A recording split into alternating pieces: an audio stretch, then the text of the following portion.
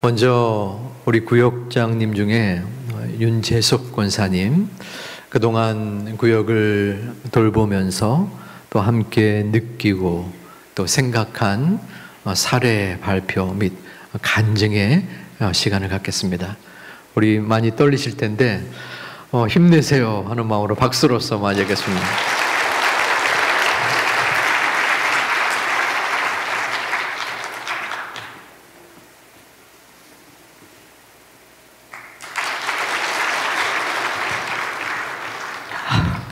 많이 떨립니다. 안녕하세요. 저는 1-11구역 윤재섭 권사입니다. 구역장을 빼놨습니다. 저는 이 자리에 서기가 많이 부끄러운 초짜 2년차 구역장입니다. 구역장을 맡기 전에 권찰이라는 직분을 가지고 있었지만 일을 한다는 핑계로 권찰 역할뿐만 아니라 구역 예배도 전혀 드리지 못했기 때문에 저에게 구역장 권면이 왔을 때 이사를 가야 하나 심각하게 생각을 하기도 했었습니다. 그런데 전 구역장이신 조현배 권사님이 연로하시고 강권해 주셔서 순종하는 마음으로 감당하게 되었습니다.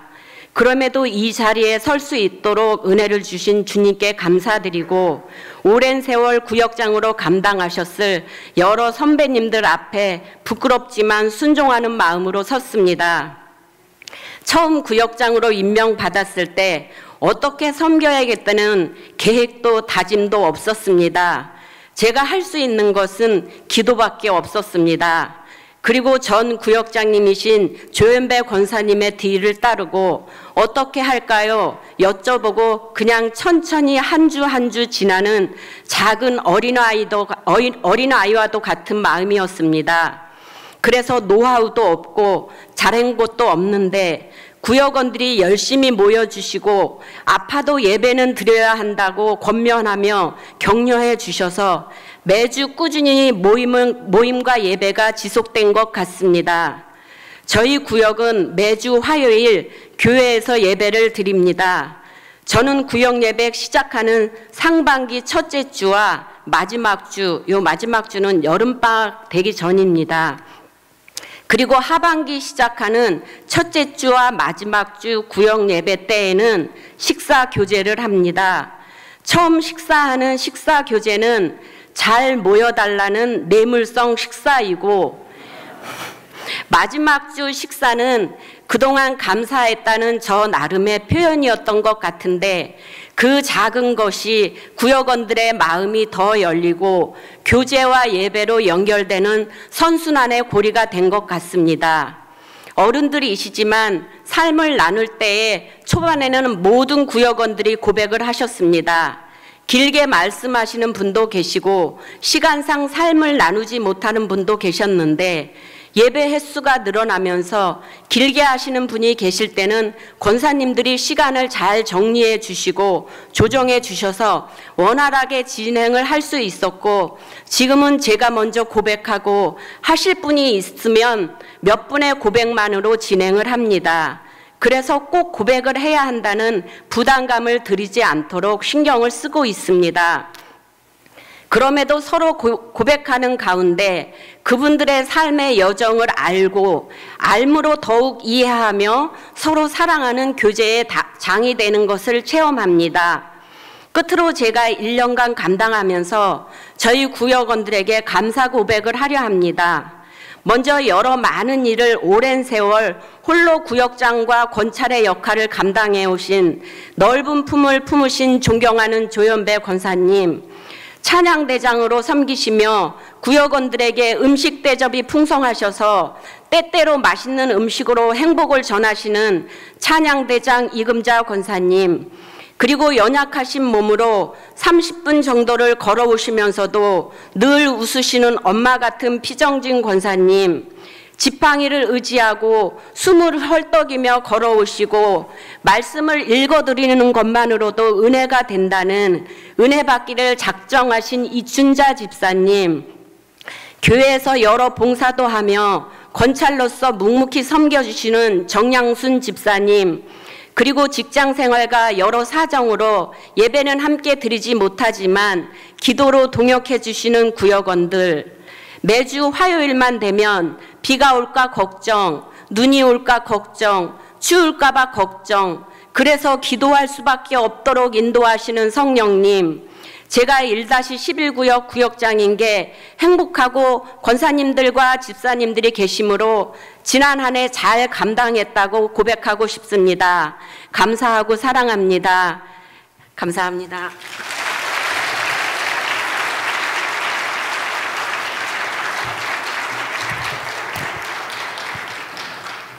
예, 들으면서 야, 목사보다 낫다 그런 생각이 들었습니다. 너무나 헌신적으로 사랑을 가지고 화요일만 되면 비가 올까 눈이 올까 목자의 마음으로 참 소중한 사례 발표 및 간증이었습니다. 우리 함께 말씀을 들을 때에 어떤 분의 마음속에 질문이 있었습니다. 제가 한번 그 질문을 읽도록 하겠습니다. 하나님의 일을 감당하기에는 제가 너무 부족한 사람처럼 보입니다. 특출한 것도 하나도 없고 제 연약한 점을 저 스스로가 뼈가 저릴 정도로 잘 알고 있습니다. 그래서 하나님께 제 삶을 드린다는 말에 제게는 사치스럽게 느껴집니다. 부끄럽지만 이런 제가 과연 하나님의 위대하신 계획과 뜻에 사용받을 수 있을까요? 우리는 하나님의 자녀요, 또 하나님의 부름받은 직분자요, 봉사자요, 헌신자입니다. 마음속에 감사함이 있지만 동시에 부끄러움과 부담감이 있습니다. 과연 내가 하나님의 일을 또 하나님의 권속으로서 맡겨진 사명을 잘 감당할 수 있을까? 그것은 저의 고민이요, 또 부담이요, 또 기도의 제목이기도 합니다. 여러분들도 크게 다르지 아니하리라 생각합니다. 그러면 우리가 하나님의 영광된 이 사역의 장에서 함께 힘을 다해 나아갈 수 있는 자세는 무엇이 있을까? 오늘 두 맹인의 사건을 통하여 함께 살펴보고자 합니다. 우리 30절을 제가 봉독합니다. 맹인 두 사람이 길가에 앉았는데 예수께서 지나가신 다음을 듣고 소리질러 이르되 주여 우리를 불쌍히 여기소서라고 두 맹인이 소리를 지르십니다. 그때 뭐라고 하냐면 다윗의 자손이여 라는 말을 합니다. 여기서 다윗의 자손이여 라는 것은 예수님께서 구약에 메시아로 온 그 성취의 증거입니다. 주님은 우리의 메시아입니다 라고 이야기하는 것입니다. 먼저 이들의 신분이 맹인임을 살펴볼 필요가 있습니다. 맹인임은 시각 장애자이죠. 눈이 보이지 않는 사람들입니다. 요즘도 시각 장애우들이 어떤 삶의 어려움이 있습니다. 왜냐하면 사회복지가 발달되었다고는 하지만 아직까지 세세하게 모든 이들을 다 합력해서 선을 이룰 수 없었고 또 직업의 선택에 여러 가지 어려움이 있기 때문입니다. 그런데 이 당시에 예수님 당시에 지금보다 훨씬 사회복지가 발달이 안 되었겠죠. 맹인이 선택할 직업이 없었을 것입니다. 따라서 이들은 거린으로 동냥하며 지냈던 사람들입니다. 그때 예수님의 소식을 듣게 됩니다. 그들의 마음속에 다시 없는 마지막의 기회라고 생각했을 것입니다. 그래서 소리를 지릅니다. 주여 우리를 불쌍히 여기소서. 자, 이들과 반대되는 개념의 사람들이 있었습니다. 그것은 율법학자 바리새인들이었습니다. 이들은 율법을 너무나 잘 알았습니다. 맹인들은 율법을 몰랐습니다. 왜냐하면 배우지 못했기 때문입니다. 그런데 도리어 이 율법학자 바리새인들은 예수님의 존재를 부인했습니다. 왜냐하면 그들은 예수님을 메시아로 여기긴 여겼는데 그들이 바라는 메시아는 우리의 잘못되고 힘겨운 이 땅 예루살렘 이스라엘을 해방한 현실적인 메시아였습니다. 그런데 예수님은 이 땅에 오셔서 내가 곧 십자가에 못 박혀 죽을 것이다 라고 말하는 것이었어요. 서로의 의견이 틀렸고 바라는 바가 틀린 것입니다. 한쪽은 율법학자들은 자신들을 압자에서 구출하여 아름다운 나라 건설하는 그 메시아였지만 예수님은 십자가에 돌아가실 그 메시아를 이야기한 것입니다. 또한 그들 율법학자들은 율법을 잘 지킴으로 십계명을 준수함으로 구원을 얻는다라고 맹신하고 있었지만 예수님은 나로 말미암지 않고는 구원에 이를 자가 없다. 오직 예수 그리스도를 믿음으로 구원을 얻는다라고 말한 것입니다. 구원관이 달랐던 것입니다. 그러므로 그들 율법학자들은 도리어 예수님을 십자가에 못 박았습니다. 왜냐하면 어찌 저 같은 사람이 메시아라고 칭하고 하나님의 아들이라 이야기하느냐, 저 신성 모독이다 라고 하면서 예수님을 십자가에 못 박으려고 했던 자들입니다. 하지만 맹인들은 배우지 못했지만 그들의 마음속에는 예수님을 그저 그 모습 그대로 다윗의 자손으로서 이 땅의 모든 인류를 구원하실 예수님으로 들었고 그 예수님을 찾아온 것입니다. 주여 우리를 불쌍히 여기소서. 그 마음속에 간절함과 절실함이 있었습니다. 아무도 그들을 거들떠 보지 못했습니다. 그들을 눈여겨보지도 아니하였고 그들에게 도움도 주지 아니하였습니다. 도리어 그들의 소리 지름을 마음속에 꾸짖었습니다. 31절에 무리가 꾸짖어 잠잠하라 하되 더욱 소리질러 이르되 주여 우리를 불쌍히 여기소서.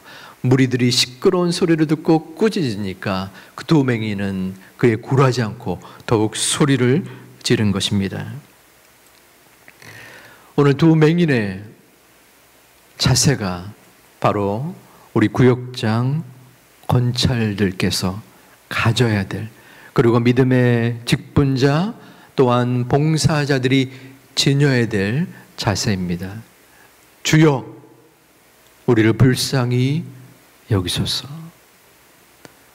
많이 배웠던 그리고 경험이 많았던 율법학자들은 도리어 예수 그리스도를 십자가에 못 박으려 했지만 배우지 못했고 오직 바랄 것은 예수님 밖에 없습니다. 저희를 보호해 주시고 저희의 눈을 뜨게 해주시고 저희를 인도하여 주시옵소서 하는 이 맹인들의 자세가 오늘 이 순간 우리들이 간직해야 될 자세라는 것입니다. 저는 재작년 4월에 동사 목사로 이곳에 왔습니다. 갑작스러운 원로 목사님의 또 부름과 또 말씀이 있으셨고 고민과 기도 가운데 하나님의 인도함으로 확신하고 왔습니다. 마음의 부담감과 또 감사함 여러 가지 마음이 있었지만 한편으로는 조금의 자신감도 있었던 것 같아요. 왜냐하면 지난 10년간 제가 나름대로 파란만장한 경험을 했기 때문입니다. 처음에 제가 12년 전 학교에 부임을 했을 때 학교가 이제 크지 않았어요. 작은 학교였기 때문에 여러 역할들을 해야만 했었습니다. 근데 그때 사건이 터졌어요. 그 전에 제가 오기 전부터 일을 했던 직원 중에 한 명이 액수, 이게 방송이 나가기 때문에 액수를 다 말씀드릴 수는 없겠지만 엄청난, 한 사람이 직장 생활을 할 그 연봉의 한 10배 되는 그러한 돈을 횡령을 했어요. 그러니까 그걸 빼돌린 것이죠. 학교가 이제 발칵 뒤집혀졌습니다. 그것도 3년 동안에 수치만 검사를 했었지, 그 전까지 만약에 따지면 더 엄청난 액수였을 것입니다. 그때 저에게 마음속에 뭐 큰일이다 라고 했지만 저에게 맡겨진 일이 있었습니다. 저는 사실 돈과 그렇게 관련이 없는 사람입니다. 지금 목회자로서도 그렇지만 액수를 이렇게 계산도 잘 못해요. 단위도. 그런데 저보고 돈을 총괄하는 총무처장을 하라는 것이에요. 이게 너무 난데없는 그러한 요청이었습니다. 하지만 당시 여러 상황적으로, 정황적으로 제가 할 수밖에 없었고 또 몇 년을 그 역할을 감당했습니다. 그리고 이어서 기획처장이라고 그 공동체와 학교의 여러 가지 모든 일들을 총괄하는 그러한 직책이 있습니다.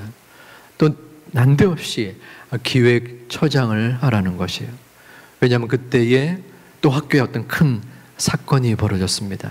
그래서 제가 교육부, 또 법원, 그리고 감사원, 소위 국가기관에 여러 곳을 찾아서 다녔어야만 했습니다. 명색은 교수인데 행정적인 일에 더 많은 에너지를 쏟아 부어야만 했습니다. 그 시간을 지나서 또 교무처장을 하라는 것이에요. 교무처장은 학교의 총괄적인 역할을 감당하는 직책이었습니다.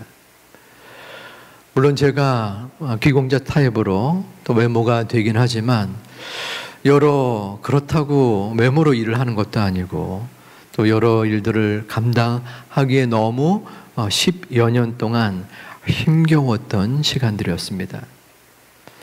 하지만 그러한 마음속에 조금의 이 경험이 도움이 되지 않을까?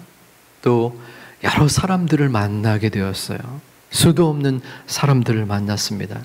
그리고 제 전공이 상담이기 때문에 또 어쩔 수 없이 상담의 사람들을 만나기도 했었죠. 많은 사람들을 만나고 또 많은 역할들을 행하고 또 가르치는 그러한 사역을 13년 동안 했기 때문에 제가 이렇게 입으로 먹고 사는, 지금도 물론 그렇지만 그러한 경험들이 쌓여서 조금은 도움을 가질 수 있지 않을까 그러한 생각을 했었습니다.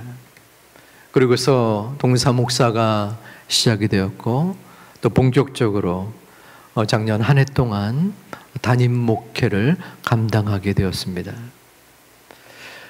제가 가졌던 인간적인 생각, 또 조금은 세속의 경험이 도움이 되지 않을까라는 생각은 잘못된 것이었습니다. 물론 조금의 도움은 될 수 있을지 모릅니다. 하나님은 그러한 마음속의 생각과 또 고백을 원치 않으신다는 것을 깨달았어요. 내 마음대로 되지 않았습니다. 내 생각대로 이루어지지 않았어요. 문제가 저곳에서 발생이 됩니다. 제가 의지할 것은 하나님 아버지밖에 없었습니다. 하나님, 저를 불쌍히 여겨 주시옵소서. 오직 하나님께서 저를 만져주시 않는다면, 이룰 수 없습니다. 아버지 하나님, 불쌍히 여겨 주시옵소서. 이 기도밖에 할 것이 없었습니다. 우리 구역장 권찰은 다른 모든 사람들이 무슨 이야기를 하든 저의 동역자입니다. 왜냐하면 우리 성도님들을 돌보는 작은 목자이기 때문입니다. 여러분도 어떠한 마음으로 지금 이 자리에 앉아 있습니까? 어떠한 생각으로 연초에 임명을 받았습니까? 물론 여러 경험과 여러 생각 속에 자신 있게 이 일을 감당할 수 있을 것이다, 내가 열심히 해보겠다, 여러 가지 마음이 있지만 중심으로는 바로 주여 나를, 우리 구역을, 우리 교회를 불쌍히 여겨 주시옵소서. 이 기도와 마음의 자세가 여러분 중심 속에 있으시기를 주님의 이름으로 축원드립니다. 두 맹인은 더 이상 뒤로 물러날 데가 없었습니다. 더 이상 다른 사람도 나를 도와줄 사람이 없었습니다. 물질도 없었습니다. 배울 것도 없었습니다. 그렇기 때문에 이 두 맹인은 더욱더 하나님 앞에, 주님 앞에 나아갈 수밖에 없었습니다. 주여 우리를, 저를 불쌍히 여겨 주시옵소서. 하나님이 저를 버리신다면, 하나님이 저를 도와주지 않는다면 저는 아무것도 할 수 없습니다. 아버지 하나님, 우리 구역을 긍휼히 여겨 주시옵소서. 저를 이끌어 주시사 저의 부족한 지식, 저의 부족한 입술, 저의 미련한 마음의 성품과 성향을 주님 어루만져 주시사 부족하지만 저를 통하여 하나님의 나라가 확장되어지고 피곤하고 지친 우리 구역원들이 힘을 얻고 하나님의 말씀으로 다시 한번 회복되게 하여 주시옵소서. 이 기도가 우리 가운데 있어야 합니다. 그럴 때에 하나님은 부족한 우리를 통하여 역사하여 주실 것입니다. 맹인의 두 부르짖음에 주님은 응답을 하셨습니다. 우리 32절에 예수님은 예수께서 머물러 서서 그들을 불러 이르시되 너희에게 무엇을 하여 주기를 원하느냐. 예수님이 두 맹인의 소원을 모르셨을까요? 이미 알고 있었습니다. 하지만 예수님은 다시 한번 주지를 시킵니다. 그의 믿음을 보기를 원하신 것입니다. 그때 그들이 말합니다. 주여 우리의 눈뜨기를 원하나이다. 주님은 34절에 응답을 하십니다. 예수께서 불쌍히 여기사 그들의 눈을 만지시니 곧 보게 되어 그들이 예수를 따르니라. 여기서 예수께서 불쌍히 여기사라는 원어의 의미는 창자를 끓는 듯이, 창자를 끊는 듯이 아픈 마음의 어려움을 뜻합니다. 창자를 끊는 듯한 아픔. 정절은 저는 창자를 끊는 아픔을 경험치 못했습니다. 그래서 감히 이 아픔이 무엇인지 얘기를 할 수 없어요. 좀 찾아보니까 문화적으로는 자녀를 잃는 듯한 슬픔의 정도라고 말합니다. 이 또한 경험치 못했습니다. 하지만 곁에서 자녀를 잃은 분의 슬픔을 감히 바라볼 때 그 마음속에 도저히 말로 할 수 없는 그러한 아픔의 정도를 아주 조금 느껴볼 수 있었습니다. 예수님의 마음속에 이 두 맹인들을 바라보면서 창자를 끊는 듯한 아픔의 마음으로, 연민의 마음으로 그들을 바라보고 그들에게 도움을 주고 그들에게 눈을 뜨게 하셨다는 거예요. 이것이 첫 번째고, 또 하나는 32절에 예수께서 머물러 서서 그들을 부르셨다고 합니다. 여기서 머물러 서서라는 그 원어적 의미는 창조주 하나님이 특별한 목적을 가지고 그들을 멈추어 서서 행동한다라는 의미가 있습니다. 그저 예수님께서 자, 두 맹인이 와가지고 막 소리 지르니까 그냥 무의식 중에 잠깐 서가지고 그들의 눈을 뜨게 한 것이 아닙니다. 머물러 서서 특별한 목적을 가지고 멈추어 서서 그들에게 행동을 이루었다는 것입니다. 예수님의 두 가지의 모습을 봅니다. 머물러 서서 특별하게 우리를 보살펴 주신 것입니다. 우리를 보실 때에 창자가 끊는 듯한, 끊어지는 듯한 마음속에 연민을 가지고 보시는 것입니다. 아버지 하나님은 그저 우리를 그냥 내버려 두는 분은 아닙니다. 우리의 마음속에 간절한 간구와 절박한 기도를 하나님 앞에 드릴 때에 하나님은 머물러서 특별하게 목적을 가지고 멈추어 서서 자, 무엇을 걱정하느냐? 무엇을 염려하느냐? 내가 너를 세웠고 내 창자를 끊는 듯한 연민의 아픔을 가지고 너를 돌보아 줄 것인데 왜 혼자서 고민하고 걱정만 하느냐? 나를 의지하거라. 나에게 맡기거라. 내가 너를 도우리라 라고 말씀하고 계시는 것입니다. 그러기에 우리는 다시 한번 우리의 연약함과 부족함을 하나님께 아뢰고 주님을 따르는 이 자리에 앉아있고 서있고 행동할 수 있는 것입니다. 아버지 하나님은 많이 배워서 많은 경험 속에서 이리저리 교육하고 진행하는 구역장 권찰을 원하지 않습니다. 아버지 하나님, 저는 부족합니다. 그럼에도 제가 주님을 바라보며 주님을 향하여 주님을 따르며 주님께 모든 것을 맡기겠습니다. 저를 불쌍히 여겨 주시옵소서. 이 고백이 다시 한번 여러분 마음속에 중심에 충만하기를 주님의 이름으로 축원드립니다. 이러한 모습 속에 마지막 34절에는 그들이 예수를 따르니라 라고 말씀합니다. 눈이 띄어졌습니다.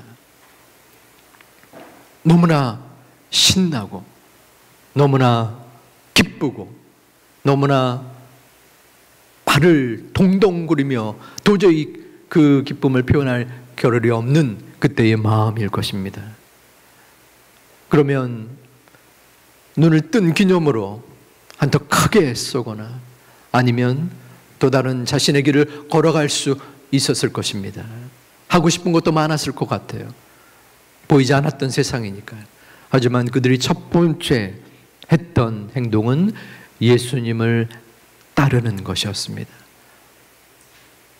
물론 가진 것도 적었지만 모든 것을 내려놓고 예수님을 따르는 두 맹인의 모습을 바라봅니다. 적어도 행동이 뒤따라야 합니다. 내가 구역장으로 권찰로 물론 원치 않는 자리일 수 있습니다. 할 사람이 없어요. 도저히. 제발 올해만 한번 해주세요. 그런 분이 지금 6분 계시는 것 같아요. 혹은 처음에는 한번 해보지 라고 했지만 한 달, 2달 지나면서 구역에 전화를 했더니 전화하지 마세요. 왜 치킨창기 전화해요? 이러한 얘기도 들려옵니다. 내가 이렇게 굳이 연락해서 해야 될 필요가 있을까? 그런 마음도 들 수 있습니다. 하지만 분명한 것은 하나님이 아직까지 영혼 구원과 영혼 사랑의 마음이 다른 데는 모르겠습니다. 제가 다른 교회를 담임하고 있는 건 아니니까요. 우리 제2교회에 있다는 것을 저는 계속 경험합니다. 지난번에 장례가 나서 그 장례식장에 찾아갔었어요. 근데 그 딸이 제가 고등부 때 지도했던 그 아이가 커서 이제 어른이 되었고, 근데 그 어머니가 교회에 나왔지만 아버지가 전에는 우리 교회에 나와서 집사 직분을 갖고 있지만 해외에 나가서 또 사역을 하고 또 그러는 가운데 교회에 못 나온 지 한 10여 년이 되시는 분이에요. 하지만 믿음은 있어 보였습니다. 기도할 때 아멘 아멘 하시니까요. 하지만 그 시간이 오래되었기 때문에 선뜻 발걸음을 내딛기가 부담이 된다. 하지만 목사님, 어느 때는 제가 꼭 나가겠습니다. 그런 말씀을 하시더라고요. 권면하고 또 함께 기도를 했습니다. 그리고 그 후에 장례를 마치고 또 이제 교회에 인사를 할 때 그분이 나오신 거예요. 그래서 감사하다 격려를 해드렸습니다. 그리고 두 번째 주일이 오늘 주일인데 딱 인사를 제가 밖에서 하는데 또 그분이 보이시는 거예요. 그분이 10여 년의 시간을 넘어서 또한 하나님이 부르시는 그 부르심에 순종하여 나오는 모습을 보면서 참 하나님께서 분명히 살아계시고 하나님이 택한 영혼들은 어떠한 방법을 통해서라도 다시 불러일으킨다는 마음에 확신이 들었습니다.